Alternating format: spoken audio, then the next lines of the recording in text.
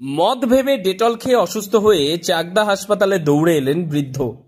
নদিয়ার চাকদা থানার অন্তর্গত এনায়েতপুর গ্রামের বছর 60-এর বৃদ্ধ নির্মল সর্দার বাড়িতে অনুষ্ঠান থাকার জন্য একটি ডেটলের বোতলে রাখা ডেটলকে মদ ভেবে খেয়ে নেন।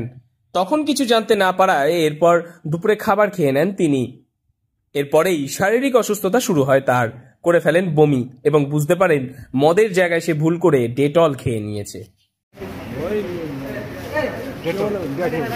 ডেটল কখন খেয়েছে?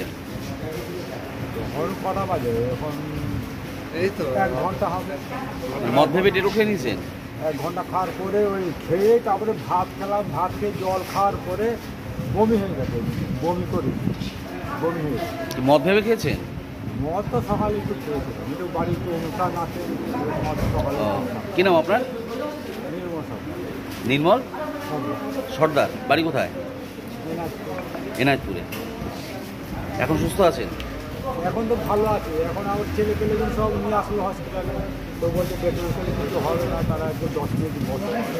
তড়িঘড়ি পরিবারের লোক ওই বৃদ্ধকে হাসপাতালে নিয়ে আসে। সেখানে প্রাথমিক চিকিৎসার পর বৃদ্ধকে ছেড়ে দেওয়া হয়, কিন্তু বৃদ্ধ বমি করলেই তার মুখ দিয়ে ফেনা বের হচ্ছে। এতেই আতঙ্কিত হয় পরিবারের লোকেরা। ফোন করেছে, খবর পেয়েছি, ফোন করে বলছে যে বাবা এরকম খেয়ে ফেলেছে। এবার আমরা আসলাম, এসে মাঠপর থেকে গাড়ি টোটো করে নিয়ে আসছিলো, আমি সেখানে গাছ থেকে বাইকে করে মাঠপর থেকে নিয়ে আসলাম। এখন ডাক্তার দেখলাম, ডাক্তার মানে মদের নিপ ভেবেছে নাকি? হ্যাঁ, ওটাই ভেবেছে।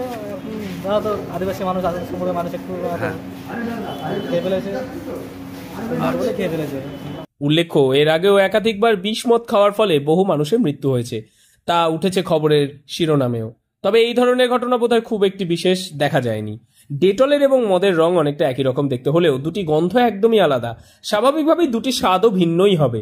তা সত্ত্বেও কিভাবে ওই বৃদ্ধ ভুলবশত মদ ভেবে ডেটল খেয়ে ফেললেন তাই নিয়েই উঠছে প্রশ্ন। নদিয়া থেকে মৈনাক দেবনাথের রিপোর্ট, লোকাল 18 বাংলা।